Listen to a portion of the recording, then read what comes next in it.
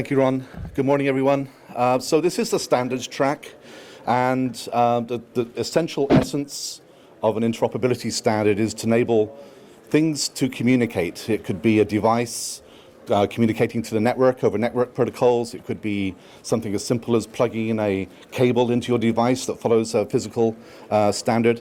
Khronos focuses in a particular area in the whole constellation of different standards that we need for augmented reality, and that is, how do you enable developers to communicate to accelerator silicon? Accelerator silicon for graphics, for vision processing, and for just parallel computation in general. So we have over 100 members. A lot of companies you'll recognize, both hardware and software folks. These companies come together to cooperate to create these open standards that we hope will really enable awesome applications on a variety of different platforms. If you add up the number of devices using Kernels APIs, we're pretty well over 2 billion devices now. So what are the APIs that are specifically relevant to augmented reality that Khronos is working on? We have OpenVX, which is a vision acceleration API for doing things like front-end SLAM processing, for example. Opencl for general purpose parallel computation. The hot new topic is using, for example, neural nets for image understanding, and you might use Opencl for accelerating that on your GPU. And then last but not least, the family of 3D APIs for displaying visualizations and augmentations. You've already heard a lot about Webgl. Webgl is one member of a family of OpenGL-related standards. Between them, Webgl, OpenGL-ES, which is 3D on mobile, and OpenGL for 3D on desktop. Again, over 2 billion different devices and platforms have their 3D enabled through those APIs. I'm also going to briefly mention Vulcan today as an update. This is the new generation 3D API that's going to, over time, replace OpenGL and OpenGL-ES. So let's start with the 3D APIs. Mobile 3D graphics has been enabled for a long time now by OpenGL-ES. The first OpenGL-ES standard came out in 2003, so it's been available for over 10 years. The latest version is OpenGL-ES 3.1, which pretty well has all of the stuff from high-end desktop graphics that you'd want to use now in a compact API that's suitable for shipping on mobile devices. The specification only came out in March, so the specification is quite new, but it is already a standard part in Android Lollipop, Android L. So you'll see on Android devices certainly a pretty fast pickup of that kind of advanced functionality, including compute shaders, that lets you use the GPU for pretty general purpose compute acceleration. Now Webgl feeds off OpenGL-ES. Webgl 1.0, which is the currently shipping version of Webgl, is actually based on OpenGL-ES 2.0, which was a native API that started to ship in 2007. So it's about time for an update. Good news is Webgl 2.0 is getting very close, which actually builds on OpenGL-ES 3.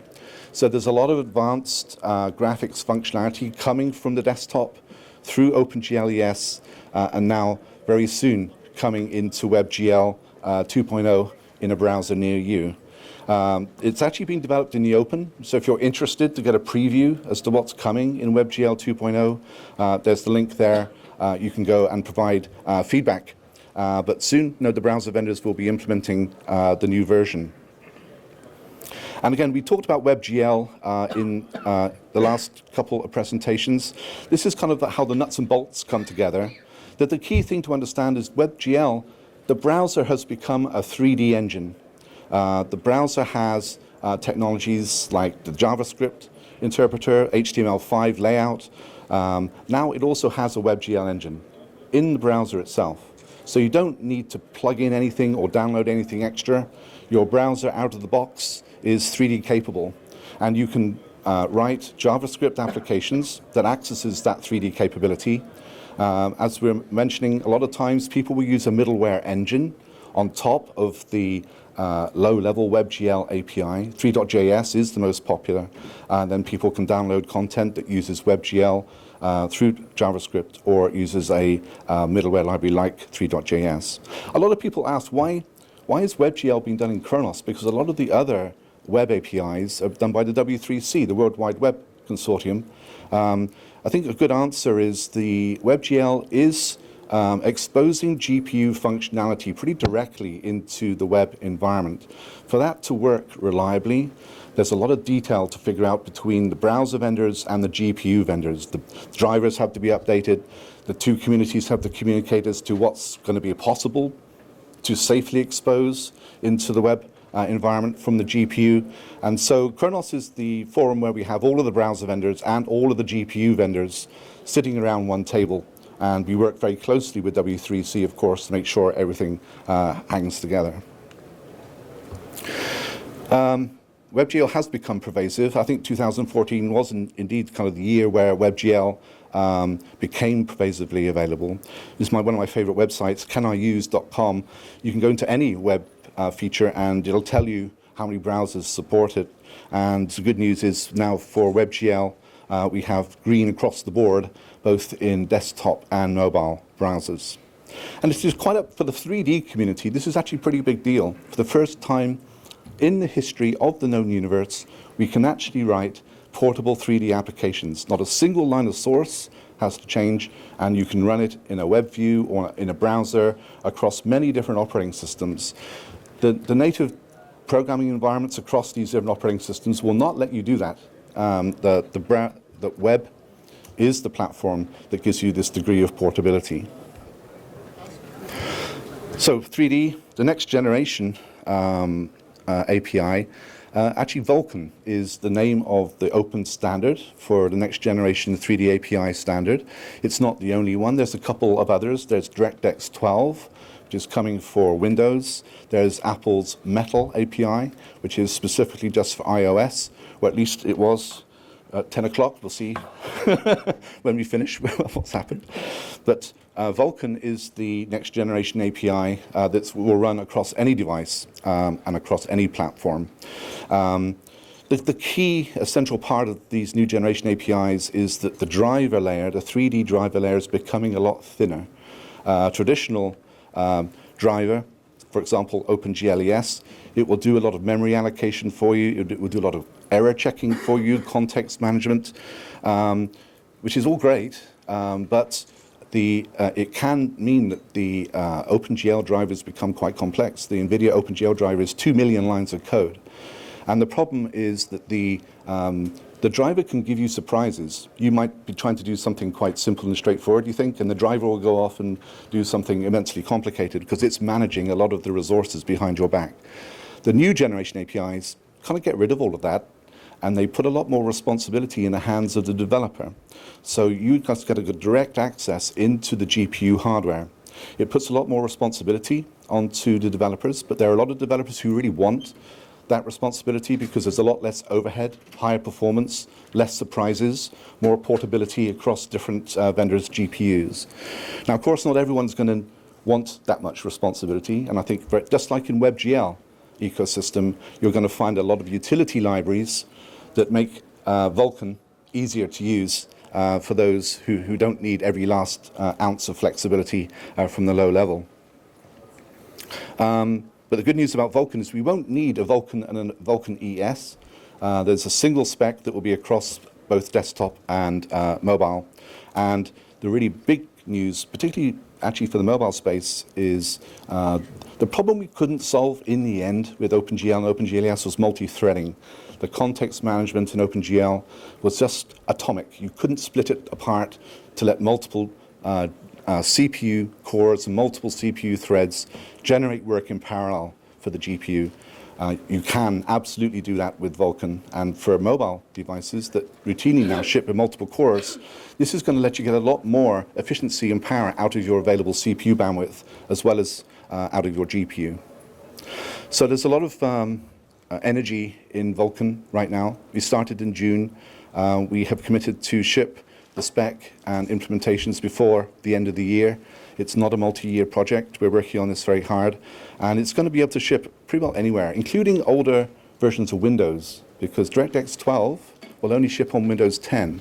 And of course, there's a lot of PCs out there that won't upgrade right away. So if you want portability for your 3D, then Vulcan is the way to go. So moving away from the APIs, there's actually another interesting problem or opportunity that we have for 3D. It's not just driving the GPU. Particularly in AR, how do we actually communicate the 3D content from some kind of server down onto the client device? You've clicked on your link to get your augmented reality experience. Well, you want a bunch of models, or perhaps it's your city model, or some kind of UI that's in 3D. You need to download those assets.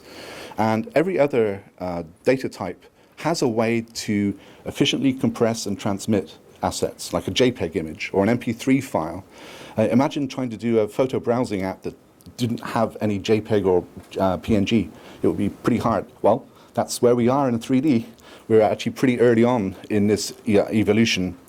It's kind of weird. Why doesn't 3D have its compressed transmission format? I think it's because that's one thing you can do with a picture, or one thing you can do with a video, play it.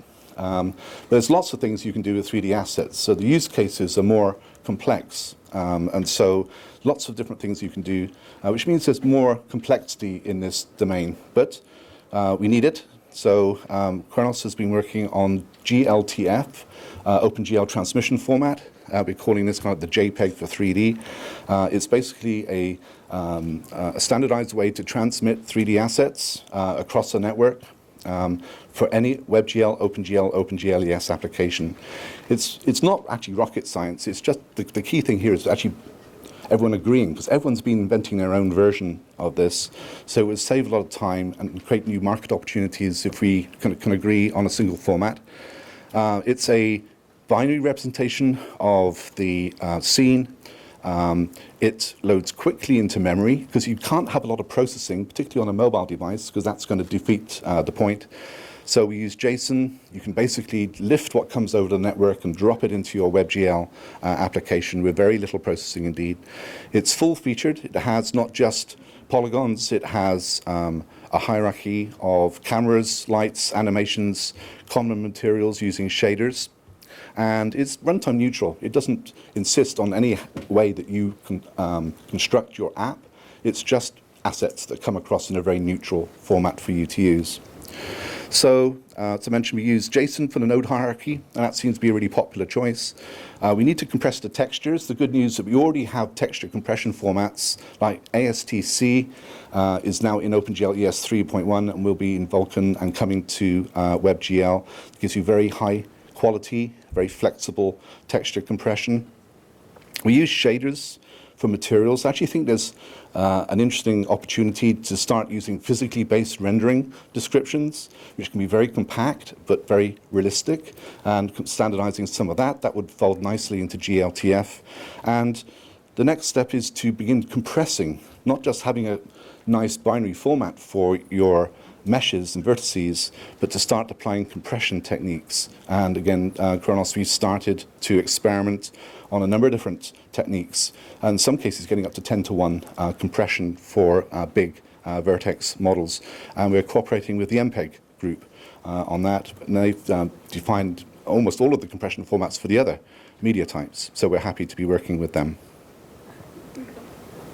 So moving off the 3D into the vision pipeline, we're actually working on a number of different APIs for vision. We're working on a camera API for low-level control of camera hardware and sensors, including depth sensors. And at the other end, we have bringing all of the sensors together in a stream sensor fusion API. But the API I want to focus on today is where we actually have made most progress, which is OpenVX for vision acceleration.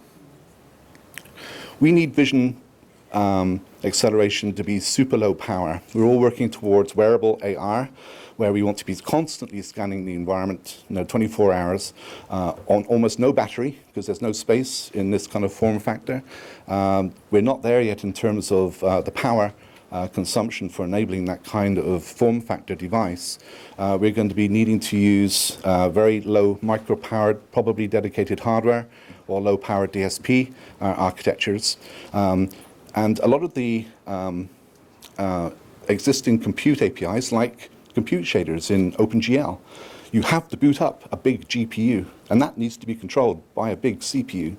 Well, that might not be the right way to do at least the initial environment scan for environment-aware augmented reality. So OpenVX is targeted at power-efficient vision processing, including really extending how you can accelerate vision processing on very low power architectures, including very low power hosts and all the way down to dedicated hardware and kind of everything in between. You want to be able to write your vision acceleration once and have it run wherever you happen to be finding your application.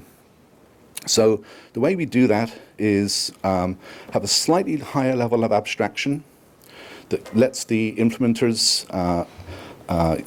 efficiently port OpenVX onto their particular architecture. And we have the concept of a graph, which lets you put the different vision processing nodes and clip them together in a graph. The fact that you express that graph up front to the implementer gives the implementer the chance, it's not a guarantee, but the implementer has a chance to optimize the heck out of that, how that graph runs on their hardware. So if you have like a language-based compiler system, you can begin to do node correlation. If you're running on a GPU, you might slice and dice the input image to run entirely in cache all the way through.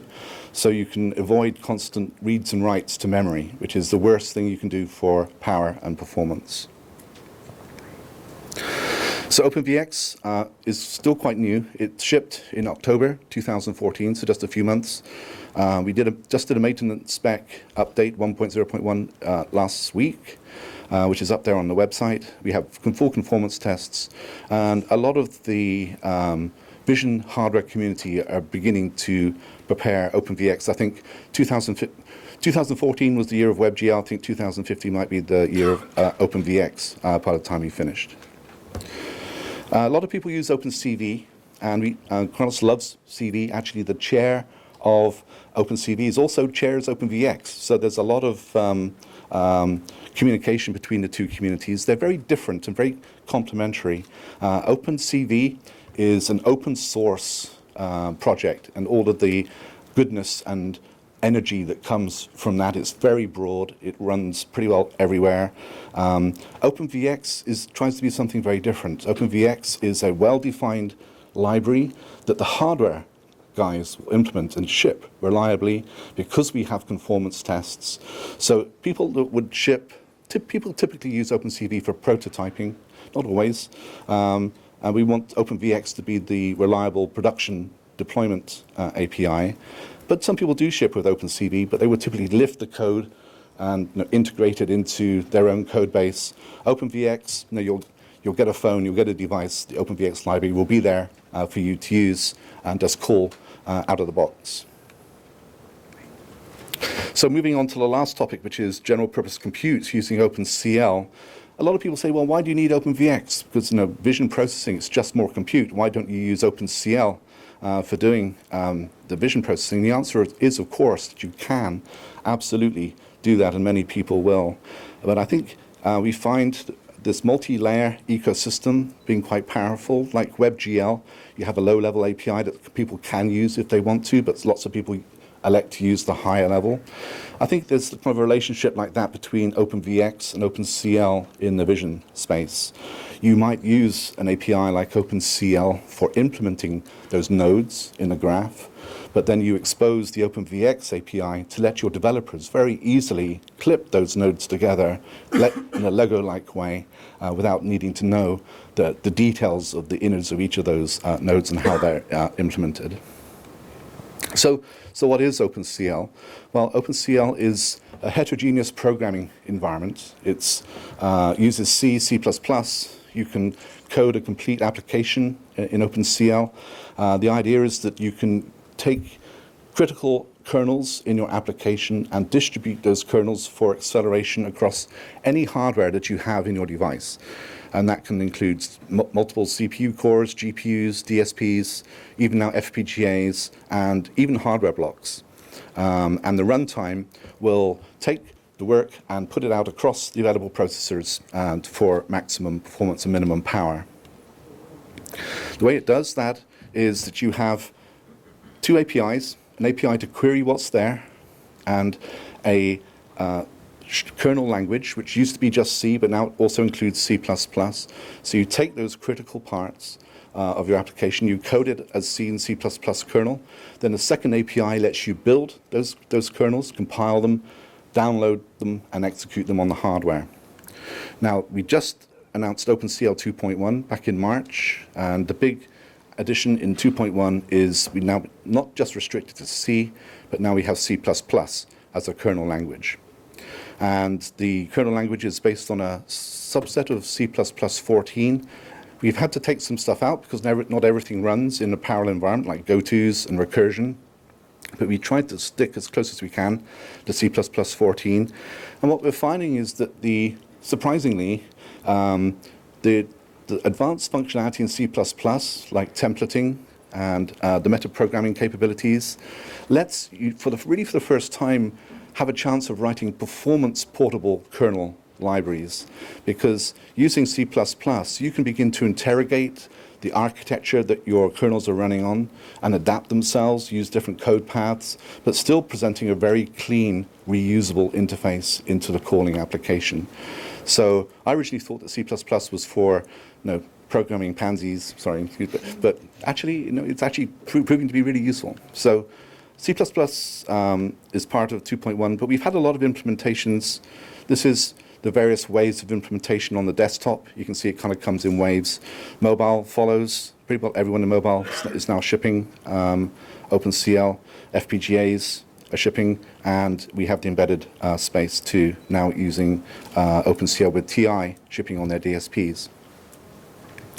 I won't go into details here, but what we're finding in the Opencl working group now, for a lot of the time it was the HPC and the big supercomputer space was kind of driving the roadmap for Opencl. Well, it's time for embedded to have its say now with the Opencl roadmap.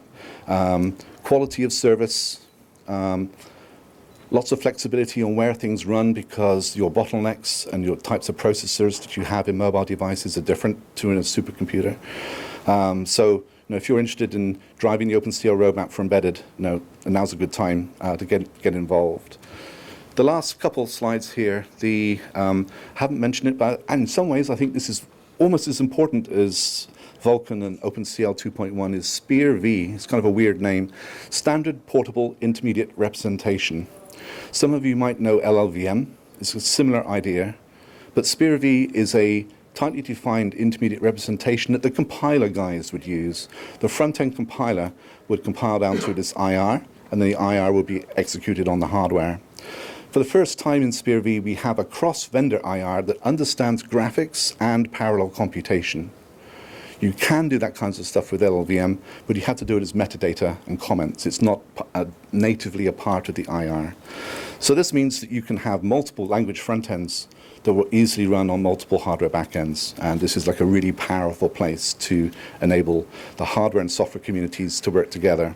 So if you have an Opencl implementation, you just simply compile your kernels into SPIR, and then it'll run on any Opencl hardware.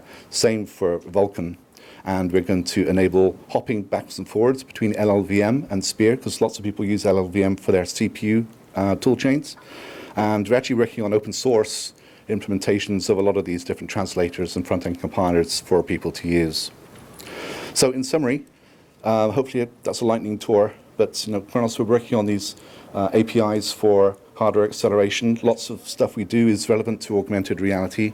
If you're interested and you'd like a voice and a vote in how these standards evolve, any company is welcome to join Khronos. Thank you very much.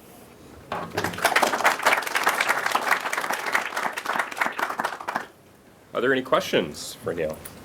Yeah.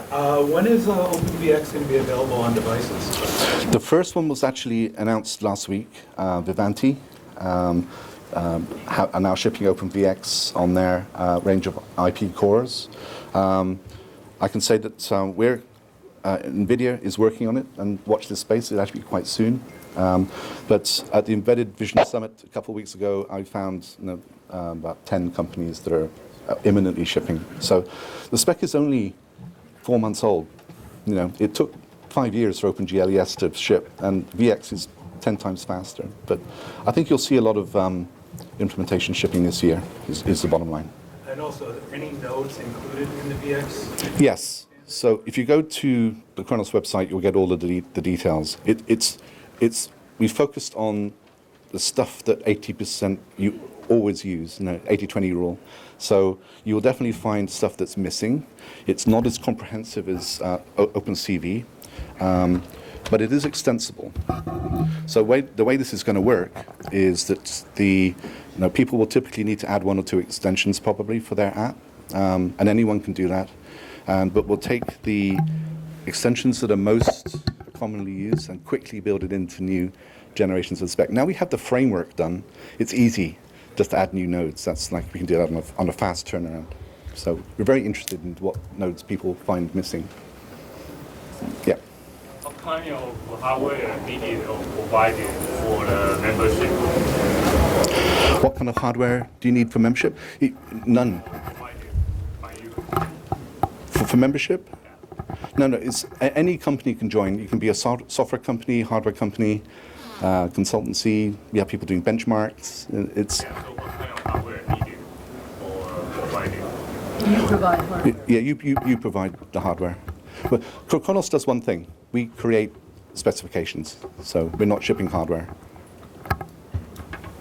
Do you see if Vulcan would eventually replace Webgl 2.0 in the future, or do you see that incumbent for a long time? So the question was, do you see Vulcan affecting the WebGL roadmap? Not 2.0. 2.0 is almost baked. And I think probably WebGL 3.0 will just use ES 3.1 and get compute shaders.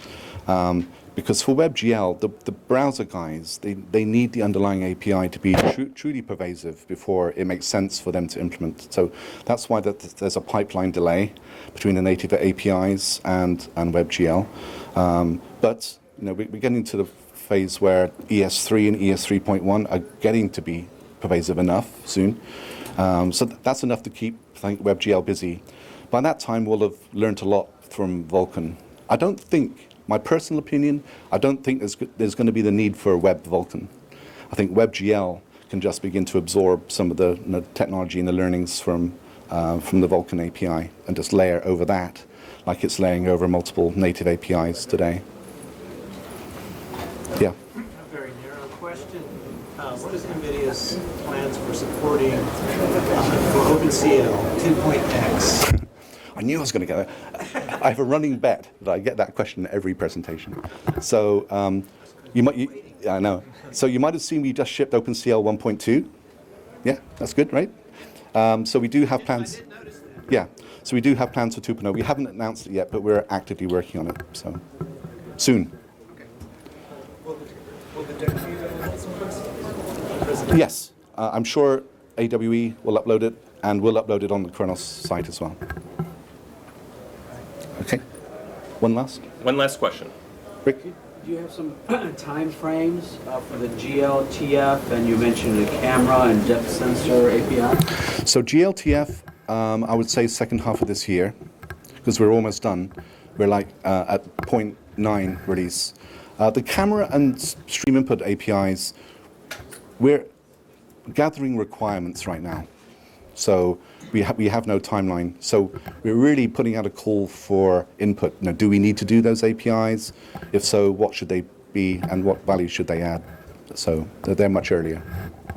Okay, thanks everyone.